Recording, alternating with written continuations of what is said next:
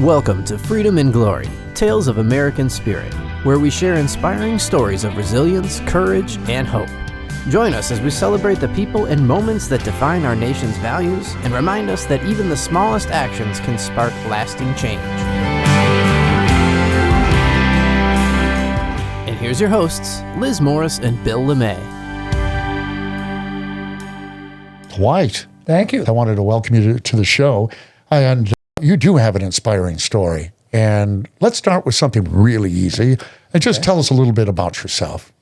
Okay. I'm born and raised in the District of Columbia and moved to the Chicago area for a job and eventually decided that I wanted to have my own business where I had my own sense of ethics and I could control what happened with the people I served. And I started business in my house.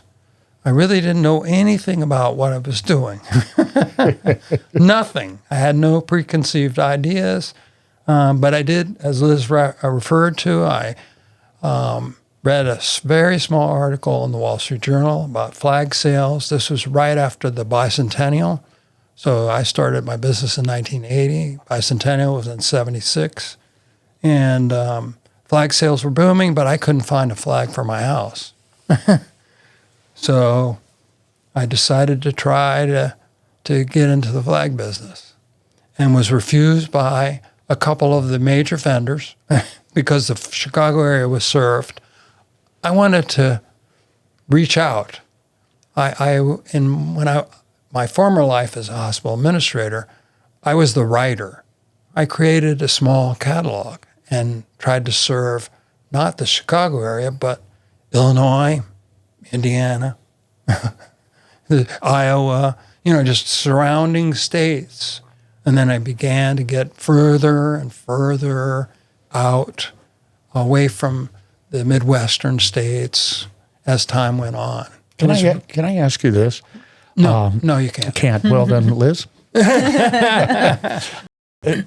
You were a hospital administrator. Mm-hmm. I know you graduated from Duke, which is no... Well, my undergrad is Duke. Okay, but you were in religious studies, right? Well, yes. Okay. I have an undergrad in religion, and I have a master's degree in hospital administration from GW. Okay, but I mean, listen, a hospital administrator, that's a pretty good gig. Yeah. All right, most people would say, my future is pretty solid from this point forward. What was going through your mind at this point that said, I want to do something else? There were things there are things, I don't know. There were things going on behind the scenes in hospital administration that bothered me a lot. I was trying to do everything right as I had my heart into it. These people, they didn't care. They didn't seem to care. So that really was the point at which I decided, forget this. I'm not doing this. What did Mom say when you were talking about starting your own company? Yeah. Wow. Yeah. Wow. Really, it blows me away. It totally blows me away. She was so supportive. For the first 5 years starting my business, most intelligent people would say, I failed. It didn't work. Okay? Uh-huh. I never started a business by myself, number one. Number two is, I was learning all these things, accounting, marketing. I had never had marketing, all these things that I had to learn doing it by myself. I started the business out of my home, and I was a one-man band. But I was reaching out to, like multiple states, like I said before. And after about 5 years, finally things started to click. And I reached out to some consultants that I had met and really was able to expand pretty rapidly after that point. You didn't know what you wanted to do, though. No. From the hospital administrator job to whatever your future was going to be. Flip a coin? I mean, how did you arrive at doing Flags. I mean, Right. is it your patriotic spirit? Okay, it wasn't the patriotic spirit. What was it, Dwight? The Wall Street Journal article prompted me, but also I had this sense of, I don't know, I would call it entrepreneurship or whatever you want to say, just wanting to build something, on my own with, you always have control. It's your customer's control. And that's what I was looking for in hospital administration, patient's control. But, I didn't see it. And I wanted to do things my way. That was really important to me, really, really important to me. I mean, selecting flags was sort of a fluke. And to be honest with you, in the early years of my business, I tried to get away from it. I started selling municipal supplies, rainwear, traffic cones, things like that. But those customers wanted the flags, even if I didn't want to sell the other stuff. It sounds like you prepped somewhat for this, or you were prepared for it. Am I wrong, or? Well, so, I was referring to one of the things I did in hospital administration is you have to be accredited every couple of years by the Joint Commission, or you don't get Medicare funds. And if you don't get Medicare funds, you're sort of out of business. Mm-hmm. Our hospital is very old and was not in good shape, even though it was a major hospital in town. And I helped build the written part for the Joint Commission. That was very important. All the policies and procedures at the hospital, I completely revamped them. Had meetings with, all these departments, medical departments, whatever. So I did a lot of writing, and I just felt like, I'd like to build a catalog. Was he always this way? I think, yeah. I mean, just a feisty guy. You definitely always had a chip on your shoulder. And I think just ready to take on the competition. Yeah. Well, here you have something that's a flag, and we're talking about American spirit and American dreams. Everybody has a different kind of dream, I think. Was there somebody in your life that kind of inspired that, gave you that sense of drive that I can do it if I want to do it, kind of get up and goes? Is that actually the exact opposite? Really? Yeah. So I'm the eldest of 5, and I remember a conversation with my dad one time where I just went up to him and I said, "I'm going to do better than you." And he said to me, "No way." Okay? Well, that would inspire somebody. And so subsequently, you were going to show him. yeah, exactly. Do you think that he had the same ethics as you and his, I think he did. That was one of the things I admired about him. And also, like my daughter, I was a competitive athlete. I was a distance runner. And so I had that highly competitive spirit, which is hard to get rid of. I know the feeling as well. It can be a negative or a positive, depends on how you use it. Well, in business, it was a positive. Absolutely. Yeah. Now, did you have kids at this point? Started off in 1980. All right. And my first daughter, Janny, was born in 1983, and Liz in 1985. So in the very beginning, no, I didn't. I was doing this all by myself, and the first year I had 34 orders. Okay, that's not even one a week. This is why I'm sort of implying that, even after the first year, you'd think, Maybe he should try something else. Well, but you didn't give up. No. But you had a support system, it sounds like. Yes. Someone who believed in you, maybe many people. I'm not sure about the many people. But you had one important one. I remember my wife's father saying, he was in the service, "This is very admirable, Dwight. But I don't know if you'll be able to sell more than $100 worth of goods a year." But you know, people who want to go out on their own and do something like that, I don't know. They're like I said, I think a lot of people would like it, but never take that first step, right? No. Well, or they take the first step and they gets hard and quit. And persistence to me is the key. I should have failed in 3, 4, 5 years, whatever. Did you have doubts? Did you ever get to that point where you said, well, this ain't worth it? You know, no, never said that. I did have doubts, and I would go to my wife and say, you know, I don't know if I'm succeeding. Dwight, you're doing just fine. Keep going. We had saved money, and my wife had a good income, so we weren't under financial pressures. But I felt the financial pressures. Sure. Because I wasn't really contributing the first couple of years. But my wife Lynn, her support was really the only thing I needed, really. Well, then I got the kids. But Did you have her packing flags? No, they would lick the stamps. This is the old days when you actually lick stamps. Yeah, and they, my wife worked full time, and I took care of the kids during the daytime unless they were in school, and so I had the kids and the business. I was Mr. Mom.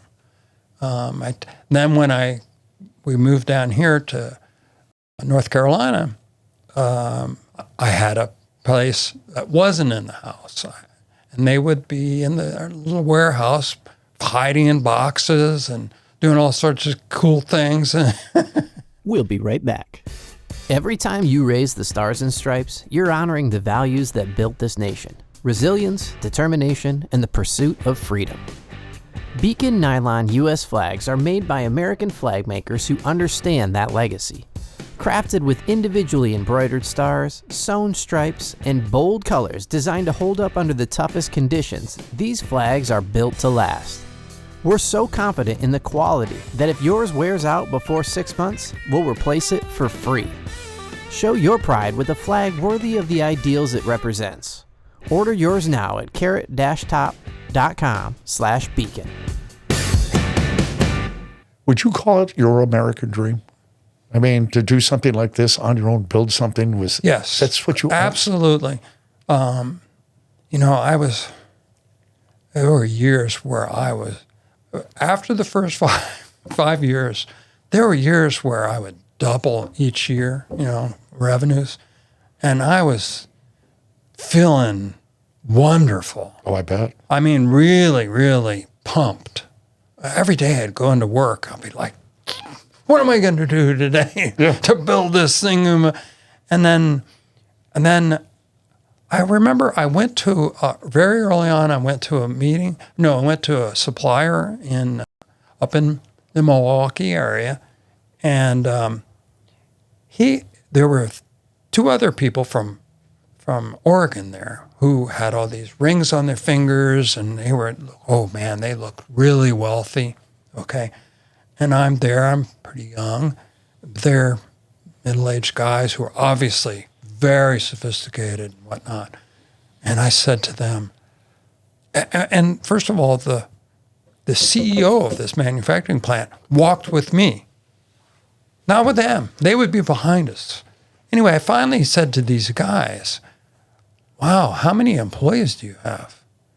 And they said, employees? That's a 4-letter word. In other words, they didn't have any employees. Oh, my. Yeah. Well, I only had 1 at the time. But, I mean, when I retired, I had 45. Wow. Okay? I mean, to me, that was the most rewarding part of building a business. They were my family. I used to tell people I have 3 kids, Jenny, Liz, and the business. I treated my employees well.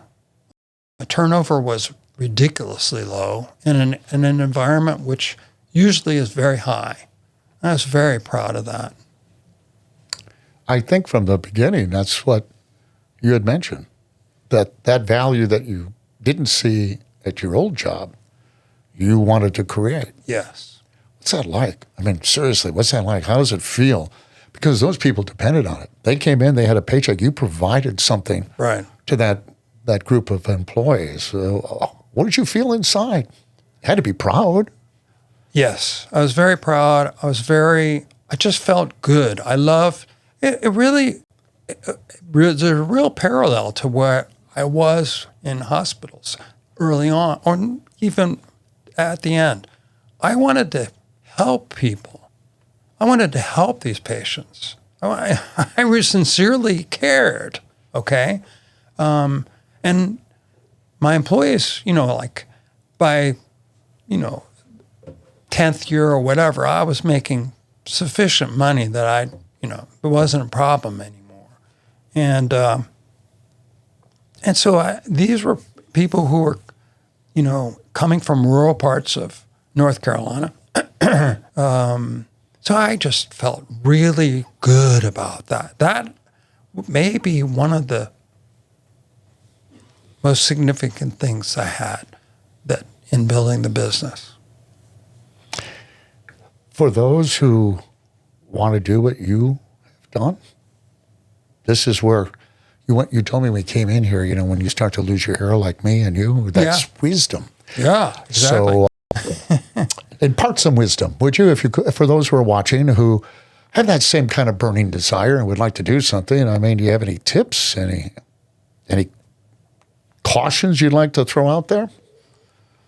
Well, I think on the caution side, if you're not a persistent person, if you're not self-sufficient, persistent person, then it's probably not for you. I've seen many, many other people who have these incredible aspirations. And, my brother went into business. He succeeded more in 6 weeks than I did in the first 2 years combined. But he stopped right at 6 weeks. Didn't have that persistence. And I think a lot of people are looking for someone to guide them,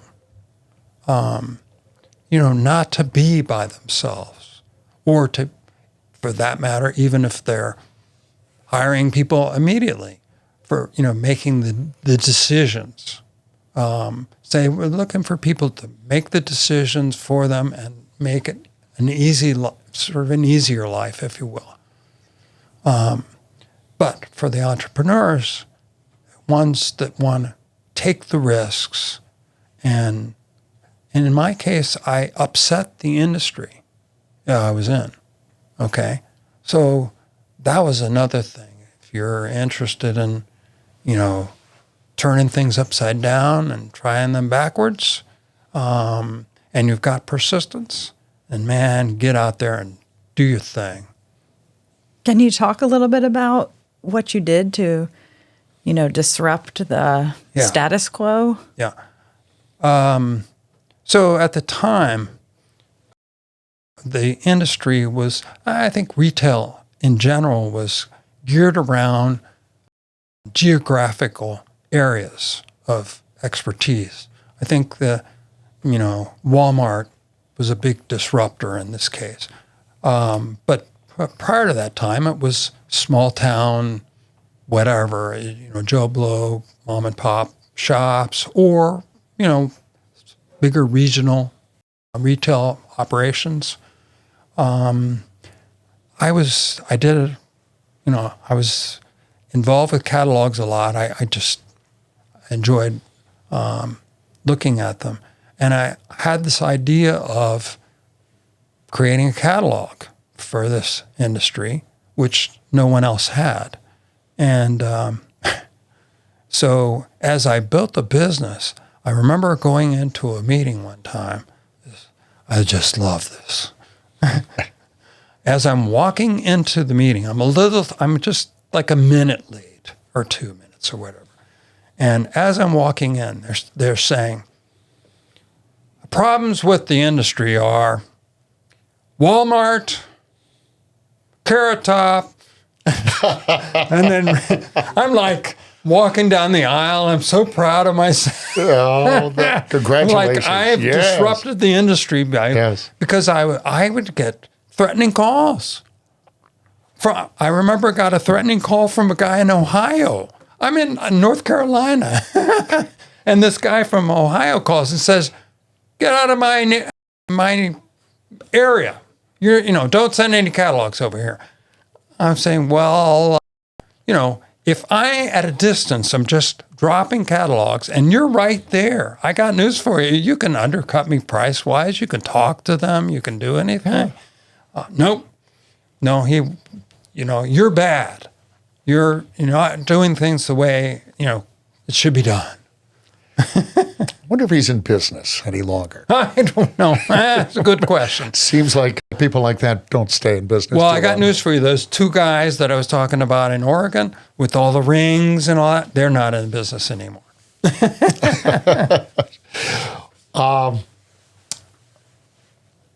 If you were to define what you've gone through, and you're looking over your shoulder, I mean, this is, I don't want to, well, we can wave the flags because it's kind of like what you guys do. This country's still pretty good, isn't it? I mean, it's still a place you can be whatever you want to be. I mean, we've kind of gone through a period where sometimes there's that doubt out there that maybe this country's changed, but I don't know. Do you think it has?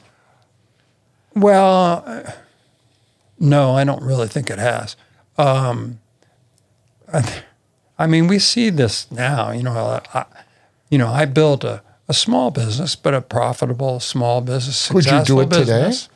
Oh yeah. Okay. I mean, we're seeing this all the time still. Nowadays it's somebody starts a business and it's worth $1 billion.